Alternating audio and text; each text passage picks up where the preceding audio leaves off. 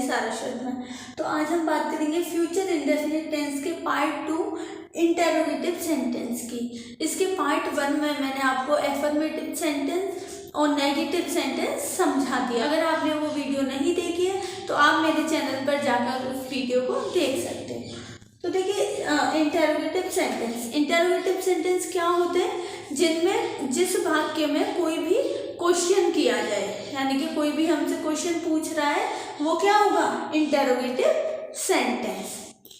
तो अब क्वेश्चन कैसे पूछेंगे, इंटेरोगेटिव सेंटेंस दो तरह से डिफाइन होते हैं। पहला है क्या से शुरू होने वाले वाक्य, यानी कि ऐसे वाक्य जो क्या से शुरू हो रहे हैं, यानी सबसे पहले उनमें क्या शब्द आ रहा है, और या फिर ऐसे बोल सकते हो आप कि इसका आंसर जो क्या से शुरू होने वाले वाक्य हैं उनका आंसर हम यस या नो में दे सकते हैं। जैसे मैं बोलूं क्या तुम कल स्कूल गए, तो अब आप यस या नो, अगर गए होंगे तो यस, नहीं गए तो नो। अब उसमें और ज़्यादा डिटेल में जाने की ज़रूरत नहीं है। तो इसका आंसर हम कैसे दे सकते हैं, यस या नो में। क्या तुमने खाना खाया, यस और नो। दूसरा है जिन वाक्यों के बीच में क्वेश्चन वर्ड आए, यानी ऐसे वाक्य जिनके बीच में कोई भी क्वेश्चन वर्ड आ जाए। क्वेश्चन वर्ड मतलब क्या, कहाँ, कैसे, कब, क्यों, कौन, कितना, कितनी, ये सब क्या होते हैं, क्वेश्चन वर्ड। अब इसका आंसर हम यस या नो में नहीं दे सकते। जैसे मैं आपसे पूछूं तुमने कल खाना क्यों नहीं खाया, तो अब यस या नो तो नहीं कर सकते, उसका कोई रीजन भी तो देना पड़ेगा। तो इसीलिए हम इसका आंसर यस या नो में नहीं कर सकते। तो अब हम देखेंगे क्या से शुरू होने वाले वाक्य का स्ट्रक्चर।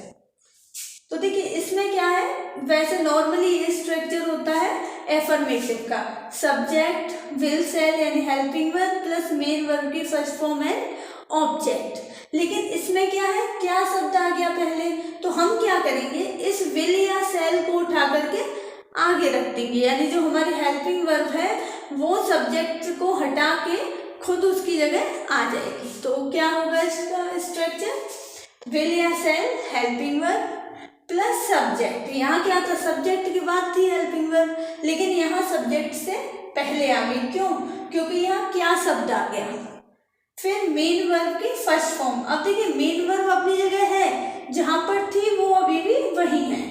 उसके बाद object plus other word and last question mark. Interrogative sentence है तो उसमें आपको क्वेश्चन मार्क का ध्यान रखना है। इसका एग्जाम्पल है क्या सुमित अंग्रेजी पढ़ेगा, तो कैसे बनाएंगे, देखिए क्या के लिए क्या लगाएंगे, विल, सब्जेक्ट क्या है, सुमित, विल सुमित, वर्ब क्या है, मेन वर्ब पढ़ना, read, will Sumit read English, क्या सुमित अंग्रेजी पढ़ेगा, एंड देन क्वेश्चन मार्क। अगला है क्या तुम नदी में तैरोगे, विल, सब्जेक्ट है यू, तैरना की होती है स्विम, इन द रिवर, क्या तुम नदी में तैरोगे, will you swim in the river. Rule number 2 के एग्जाम्पल देखेंगे। अब इसका स्ट्रक्चर क्या होता है, जिन वाक्यों के बीच में क्वेश्चन वर्ड आए उसका स्ट्रक्चर क्या होता है। जैसे अब देखिए ये वाला स्ट्रक्चर आपको ध्यान रखना है, इस वाले से ये बना, अब इससे ही रिलेटेड ये है। अब इसमें क्या है, अगर क्वेश्चन वर्ड आ गया तो क्वेश्चन वर्ड का स्पेलिंग हम पहले लिख देंगे, यानी कि क्वेश्चन वर्ड का जो मीनिंग है उसे हम सबसे पहले लिख देंगे। तो देखिए क्वेश्चन वर्ड प्लस विल या shall plus subject, main verb की first form object, other word and question mark, वही वाला है, कुछ हमने चेंज नहीं किया, इसमें केवल हमने क्वेश्चन वर्ड लगा दिया सबसे आगे। अब इसे देखिए, समीर कल कहाँ जाएगा, तो सब्जेक्ट क्या है, समीर, कल, कहाँ क्या है, क्वेश्चन वर्ड, तो सबसे पहले where will Sameer go tomorrow, where will Sameer go tomorrow. ये हमारा सेंटेंस बन गया। अगला है बच्चे कब पढ़ेंगे, तो कब क्या है क्वेश्चन, तो when will children